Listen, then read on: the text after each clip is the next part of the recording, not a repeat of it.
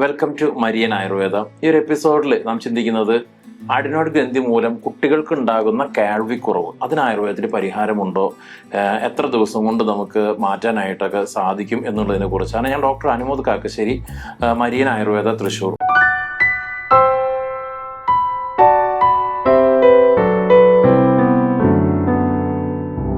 ഈ അഡിനോയിഡ് ഗ്രന്ഥിയുടെ പ്രശ്നവുമായിട്ട് ഡോക്ടർമാരുടെ അടുത്ത് പോകുമ്പോൾ അവർ പറയുന്നത് കുട്ടിയുടെ കേൾവി ശക്തിയെ ബാധിച്ചു, ഉടനടി നമ്മൾ സർജറി ചെയ്യണം എന്നുള്ളതൊക്കെയാണ്. അപ്പോൾ തന്നെ നമ്മൾ പാനിക്കാവും, അയ്യോ കേൾവി പോകുമോ എന്ന് പേടിച്ച് അപ്പം തന്നെ നമ്മളത് സർജറിയിലേക്കൊക്കെ ഒരുങ്ങുന്നു എന്നുള്ളതാണ്.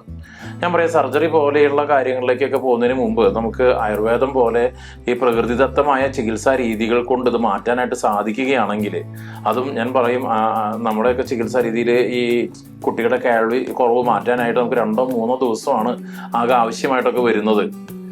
ഞാൻ പറയാം, കേൾവി കുറവിനെ കുറിച്ച് പേടിച്ച് ഉടനടി പോയി സർജറി ചെയ്തതിന് പകരം ഈ ഏത് ലെവലിൽ അഡിനോയിഡ് ഗ്രന്ഥി മൂലമാണ് കേൾവിക്കുറവ് ഉണ്ടായിട്ടുള്ളതെങ്കിൽ നമുക്ക് വിത്തിൻ ഒരു 3 ദിവസമൊക്കെ ധാരാളം, മാക്സിമം ഒരു 7 ദിവസമെങ്കിൽ നമുക്ക് വെയിറ്റ് ചെയ്തിട്ട് സർജറിക്ക് പോവാം.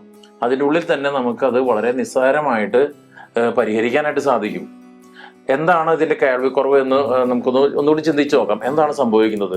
ഈ മൂക്കിൽ നിന്നും ഒരു പ്രത്യേക ഒരു കനാല് വഴിക്ക് യൂസ്റ്റേഷൻ ട്യൂബ് എന്ന് പറഞ്ഞിട്ട് ചെവിയിലേക്ക് ഒരു കനാലുണ്ട്, ഒരു പ്രഷർ മർദ്ദത്തെയൊക്കെ ഒന്ന് ബാലൻസ് ചെയ്യാൻ വേണ്ടിയിട്ട്. ഈ കനാലിന്റെ പുറകിലായിട്ടാണ് അഡിനോയിഡ് ഗ്രന്ഥിയൊക്കെ ഉണ്ടാവുന്നത്. അപ്പോൾ അഡിനോയിഡ് ഗ്രന്ഥി ബ്ലോക്ക് ചെയ്യുമ്പോൾ ഈർപ്പം ഈ യൂസ്റ്റേഷൻ ട്യൂബിലൂടെ ഈ ചെവിയിലേക്ക് എത്തുകയും അതിനുള്ളിൽ ഒരു നീർക്കെട്ട് ഉണ്ടാവുകയാണ് ചെയ്യുന്നത്.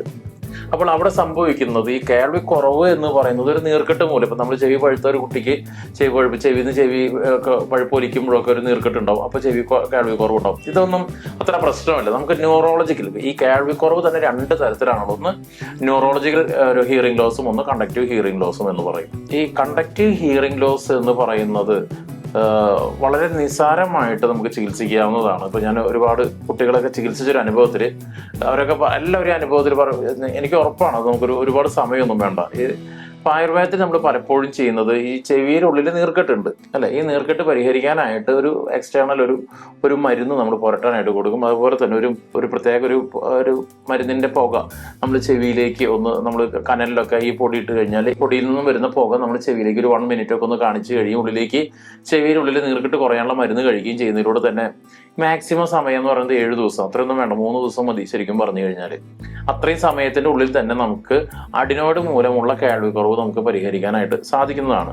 അതിനെക്കുറിച്ച് ഇപ്പൊ കേൾവിയെ ബാധിക്കും, കേൾവി കുറവുണ്ടാവും എന്നൊക്കെ വിചാരിച്ചുകൊണ്ട് ഓടിപ്പോയിട്ട് സർജറി ചെയ്യേണ്ട കാര്യമൊന്നുമില്ല. നമുക്ക് മരുന്ന് കൊണ്ടും ഇത്തരത്തിലുള്ള ചികിത്സ കൊണ്ട് തന്നെ നമുക്കത് പരിഹരിക്കാവുന്നതാണ്. അതുപോലെ തന്നെ അഡിനോയിഡിനെ കുറിച്ച് ഞാൻ കൂടുതലായിട്ടൊന്നും പറയുന്നില്ല. ഞാൻ ഒത്തിരി വീഡിയോസ് നമ്മുടെ ഉണ്ട്. നിങ്ങൾക്ക് താല്പര്യമുള്ളവർ നമ്മുടെ വീഡിയോസ് നോക്കി കഴിഞ്ഞാൽ അഡിനോയിഡിന്റെ കാരണങ്ങളെയും അതിന്റെ ചികിത്സയെ കുറിച്ചൊക്കെ നമുക്ക് മനസ്സിലാക്കാൻ സാധിക്കും. ഇപ്പൊ നമുക്ക് ഒരു തരത്തിൽ ഞാൻ പറയുകയാണെങ്കിൽ, ഇപ്പൊ നമുക്ക് ഈ അലർജി ഉള്ളവരിൽ എപ്പോഴും ഇങ്ങനെ മൂക്കുന്ന് വെള്ളം വന്നുകൊണ്ടിരിക്കും. അപ്പൊ ഇത്തരക്കാരിൽ പെട്ടെന്ന് തന്നെ ഈ ഹിയറിംഗ് ലോസ് ഉണ്ടാകും എന്നുള്ളതാണ്. അതായത് നേസൽ റണ്ണിങ് നോസ് ഉണ്ട്, അപ്പോൾ ഓൾറെഡി തന്നെ ഇത് യൂസ്റ്റേഷൻ ട്യൂബിലൂടെ പോയി ചെവിയിൽ നീർക്കെട്ടുണ്ടാക്കുക. അതായത് അലർജി മൂലമുള്ള അഡിനോയിഡ് ഉള്ളവരിലാണ് കൂടുതലായിട്ട് ചെവിയിൽ നീർക്കെട്ട് നമുക്ക് കാണുന്നത്.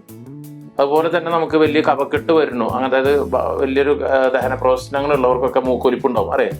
അപ്പൊ ആ മൂക്കൊലിപ്പ് പോലെയുള്ള സാധനങ്ങൾ വരും. ദഹന പ്രശ്നങ്ങൾ വരുന്നവരിലും നമുക്ക് ഈ കണ്ടക്റ്റീവ് ഹിയറിംഗ് ലോസ് നമുക്ക് സംഭവിക്കാം. ഞാൻ പറഞ്ഞു വന്നത്, ഇതൊന്നൊരു നെർവിനെയൊക്കെ ബാധിക്കുമ്പോഴാണ് ഹിയറിംഗ് ലോസ് കുറച്ചൊക്കെ ഒന്ന് സൂക്ഷിക്കേണ്ടത്. നെർവിനെ ഒന്നും ബാധിക്കുന്നില്ല എന്നുള്ളതാണ്. അതുകൊണ്ട് തന്നെ വളരെ എളുപ്പത്തിൽ നമുക്ക് ഈ കേൾവിക്കുറവ് നമുക്ക് പരിഹരിക്കാവുന്നതാണ്. വീണ്ടും മറ്റൊരു എപ്പിസോഡുമായിട്ട് നമുക്ക് വീണ്ടും കാണാം. Thank you.